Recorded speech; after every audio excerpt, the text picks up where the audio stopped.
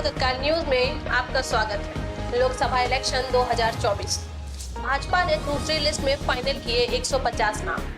10 मार्च को हो सकता है ऐलान। नई दिल्ली। लोकसभा चुनाव 2024 के लिए गुरुवार को कांग्रेस केंद्रीय चुनाव समिति की बैठक के बाद रविवार को भाजपा भी केंद्रीय समिति की मीटिंग करेगी। इस मीटिंग में लोकसभा चुनाव के लिए उम्मीदवारों की दूसरी लिस्ट पर मोहर लगेगी।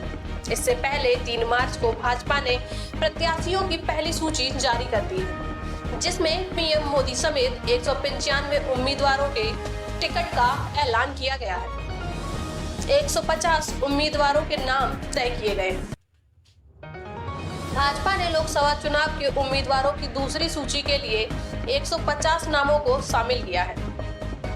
इस बैठक में महाराष्ट्र और बिहार की ज्यादातर सीटों पर उम्मीदवारों के नाम शामिल होने की उम्मीदें जताई जा रही हैं। इससे पहले बीजेपी ने अपनी पहली लिस्ट में उत्तर प्रदेश, हरियाणा, राजस्थान, हिमाचल प्रदेश समेत कई राज्यों की हॉट सीटों पर कैंडिडेट्स के नाम फाइनल किए थे। रविवार को जारी होगी दूसरी लिस्ट। बता दें कि बुधवार से ही पार्टी अलकमान एक सीट पर राय कोर्स कमेटी के साथ मंथन कर रही है। अब तक राजस्थान, तमिलनाडु, आंध्र प्रदेश, कर्नाटक, हिमाचल प्रदेश, हरियाणा, उड़ीसा की कोर कमेटी के साथ मीटिंग हो चुकी है। इसी क्रम में महाराष्ट्र पर भी प्रारंभिक चर्चा हुई है।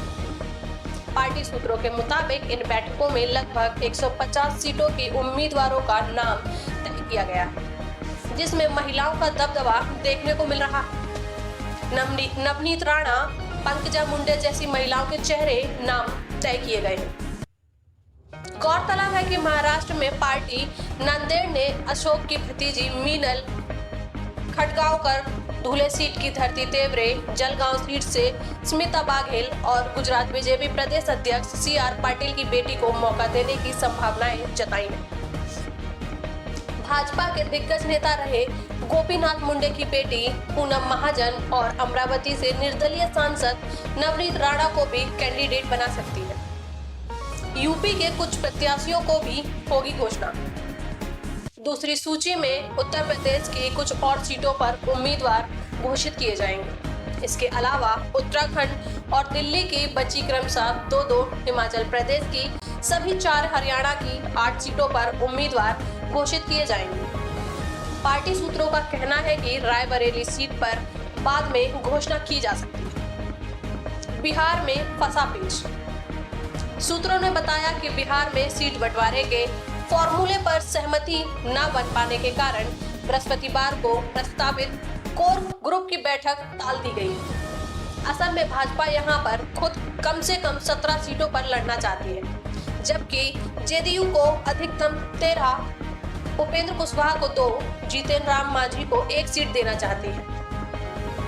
भाजपा को पार्टी 5 से अधिक सीटें नहीं देना चाहती। मुश्किल यह है कि लोजपा के दोनों धड़े पहले ही तरह 6-6 सीटों पर अपने दावे जता रहे हैं। इसके अलावा भाजपा और जेडीयू में कुछ सीटों की अदला बदली भी होनी है।